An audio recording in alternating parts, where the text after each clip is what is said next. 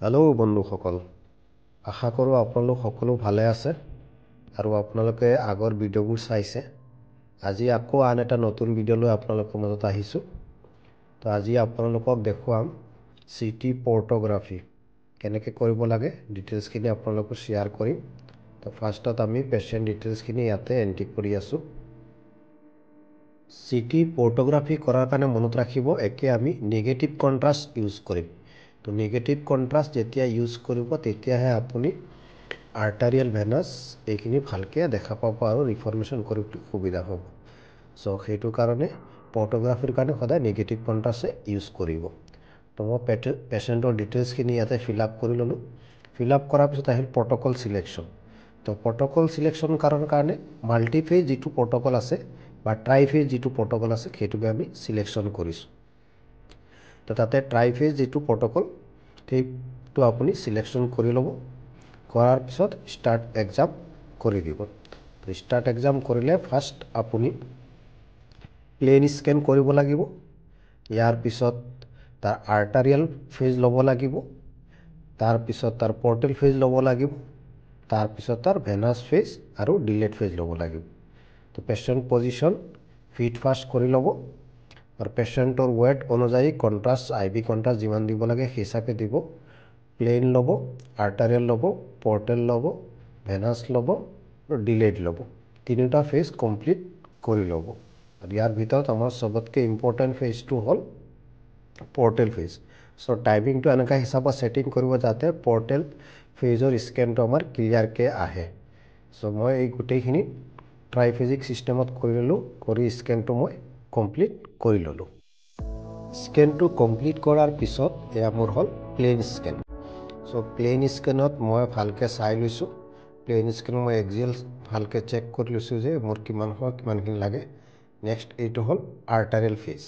চ' আৰ্টাৰিয়েল ফেজত ধুনীয়াকৈ আৰ্টাৰিয়েল ফেজটো আহিছে, পূৰা আৰ্টাৰি। আপুনি যদি চাই ষ্টাৰ্টিং টু এণ্ডিংখিনি, তো এই জেগাখিনি ধুনীয়াকৈ আহি গৈছে। আৰ্টাৰিয়েল ফেজৰ কাৰণে ক্লিয়াৰ। যদি দৰকাৰ পৰে আপুনি আৰ্টাৰিয়েল ফেজটো যদি দেখা পায় আপোনাৰ বেছি ডিলে হৈছে, তেনেহ'লে আপুনি তললৈকে নল'ব, ইলিয়াক ক্ৰেষ্টলৈকে ল'লে ছাফিচিয়েণ্ট। চ' মই এইটো পেচেণ্টৰ তললৈকে ডিলে হ'ব বুলি ভাবি পেচেণ্টৰ মই ইলিয়াক ক্ৰেষ্টলৈকে মই আৰ্টাৰিয়েল ফেজ ল'লোঁ। নেক্সট আহি গ'ল আমাৰ চবতকৈ ইম্পৰ্টেণ্ট ফেজ, পৰ্টেল ফেজ। চ' পৰ্টেল ফেজটো পৰ্টোগ্ৰাফীৰ কাৰণে বহুতেই ইম্পৰ্টেণ্ট। চ' ইয়াতে চাওক আপুনি পৰ্টেল ফেজ ধুনীয়াকৈ দেখা পাইছে। পৰ্টেল ভেইন ধুনীয়াকৈ ওলাইছে। লেফ্ট ব্ৰাঞ্চ, ৰাইট ব্ৰাঞ্চ এনেকৈ প্লাছ মেইন পৰ্টেল এইটো ধুনীয়াকৈ একদম ক্লিয়াৰকৈ পৰ্টেল ভেইন আৰু তাৰ ব্ৰাঞ্চখিনি আহি গৈছে। চ' ইয়াত একদম ক্লিয়াৰ হৈ গ'ল যে এইটো আমাৰ কৰাটো বা টাইমিংটো ঠিকেই আছে। চ' এইখিনি একেখিনি বস্তু আপুনি মই কৰ'নেলতো চেক কৰিব লাগিব। পৰ্টেল ফেজৰ পৰ্টোগ্ৰাফীৰ কাৰণে কৰ'নেল ছেকশ্যনটো চবতকৈ ইম্পৰ্টেণ্ট। চ' ইয়াতে কৰ'নেল যদি আপুনি চেক কৰে, চাওক এইটো মেইন পৰ্টেল, এইটো তাৰ ৰাইট ব্ৰাঞ্চ, এইখিনি ৰাইট। আকৌ তাক যদি আপুনি টানে এইটো চাইডে চাই আপুনি এইটো লেফ্ট ব্ৰাঞ্চ।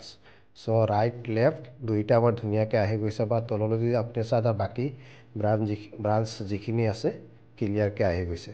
তো পৰ্টোগ্ৰাফীৰ কাৰণে কৰ'নেল ছেকশ্যন চবতকৈ ইম্পৰ্টেণ্ট ছেকশ্যন। চ' সদায় মনত ৰাখিব যে পৰ্টোগ্ৰাফীৰ কাৰণে পৰ্টেল ফেজটো আমাৰ ইম্পৰ্টেণ্ট। এই পৰ্টেল ফেজটোতে আমি পৰ্টোগ্ৰাফী বুলি কওঁ। চ' সেই গোটেই পৰ্টেল ভেইনৰ যিখিনি ব্ৰাঞ্চ আছে গোটেইখিনি আমাৰ ধুনীয়াকৈ ক্লিয়াৰকৈ আহিব লাগিব। চ' এইবাৰ আমি আহিছোঁ পৰ্টোগ্ৰাফী ফিল্ম কেনেকৈ বনাওঁ। পৰ্টোগ্ৰাফী ফিল্মটো সদায় কৰ'নেলৰ পৰা মেক্সিমাম দিয়া হয়। তো তাৰ কাৰণে আমি কি কৰিব লাগিব, এই পৰ্টেল ফেজটোক মিপ কৰি ল'ব লাগিব। কিমানখিনি মিপ কৰিম, যিমানখিনি মিপ কৰিলে আমাৰ গোটেই পৰ্টেল ব্ৰাঞ্চটো, গোটেই তাৰ টেৰিটৰিজ বা ব্ৰাঞ্চখিনি আমাক দেখায়। ৰাইট লেফ্ট বা লোৱাৰ পাৰ্টৰ যিখিনি আপ টু মেচেণ্ট্ৰিকলৈকে যিখিনি আমাৰ আছে, চ' গোটেইখিনি দেখিব পৰাকৈ, গোটেই ব্ৰাঞ্চটো দেখুৱাব পৰাকৈ আমি তাৰ মানে ইমেজখিনি কালেকশ্যন কৰিব লাগিব। তো মই জেনেৰেলি 9 বা 12 ইমেজ মই বনাই মেলি সেইটো ফিল্মত দি দিওঁ। চ' আপোনালোকে আপোনালোকৰ সুবিধা অনুযায়ী কোনোবা 12 বা কোনোবাই 16 হিচাপত দিব পাৰে 22 দিব পাৰে চাই ল'ব বা একৰ্ডিং টু আপোনাৰ ৰেডিঅ'লজিষ্ট কেনেকুৱা ধৰণৰ বিচাৰে সেই অনুযায়ী আপুনি ফিল্মখিনি বনাব মেইন আমাৰ ইমেজখিনি মিপ কৰিহে বনোৱা যায় চ' ইয়াত আপোনালোকে দেখা পাইছে গোটেই পৰ্টেল পেইন আৰু তাৰ ব্ৰাঞ্চখিনি দেখা পায় আৰু যদি দৰকাৰ হয় আপুনি কালাৰ কৰিও ভিআৰ ইমেজ আপুনি বনাব পাৰে ভিআৰ ইমেজতো আপুনি সেই ইমানখিনি থিন সেকশন ল'ব য'ত আপোনাৰ গোটেই পৰ্টেলত ব্ৰাঞ্চখিনি দেখা পায় ক্লিয়াৰকৈ দেখা পোৱাকৈ গোটেইখিনি ল'ব পাৰে আৰু সেইখিনি প্ৰয়োজন মতে যদি দৰকাৰ পৰে আপুনি কালাৰ প্ৰিণ্টটো কৰিব পাৰে কেতিয়াবা কোনোবা ডক্টৰে কালাৰ প্ৰিণ্টটো বিচাৰে চ' আপুনি কালাৰ প্ৰিণ্টটো কৰিব পাৰে সেইখিনি ইন জেনেৰেলি আমি ব্লেক এণ্ড হোৱাইটতে দিওঁ নৰ্মেল প্ৰিণ্টতে দিওঁ চ' যদি কেতিয়াবা প্ৰয়োজন হয় কালাৰ প্ৰিণ্টটো দিয়া যায় চ' পৰ্টেল পেজটো ধুনীয়াকৈ ল'ব আৰু তাৰ মিপখিনি আপোনাৰ প্ৰয়োজন অনুযায়ী মিপ কৰিব যিমানখিনি আপোনাৰ প্ৰয়োজন হয় আৰু মই মেক্সিমাম 12 ইমেজ দিওঁ সেই 12 ইমেজত গোটেইখিনি মোৰ কাভাৰ হৈ যায় কিছুমান ক্ষেত্ৰত এক্সেলতো দিবলগীয়া হয় চ' এক্সেলত দিলেও আপুনি সেই মিপ কৰিব লাগিব মিপ কৰি আপুনি গোটেই ব্ৰাঞ্চখিনি দেখাব পৰাকৈ ইমেজখিনি ক্ৰিয়েট কৰি দিব যাতে ষ্টাৰ্টিং টু এণ্ডিংলৈকে গোটেই ব্ৰাঞ্চটো আপোনাৰ কাভাৰ হয় চ' আশা কৰোঁ ভিডিঅ'টো আপোনালোকে ভাল পাব যদি ভাল লাগে কমেণ্ট কৰিব শ্বেয়াৰ কৰিব মোক নিশ্চয় জনাব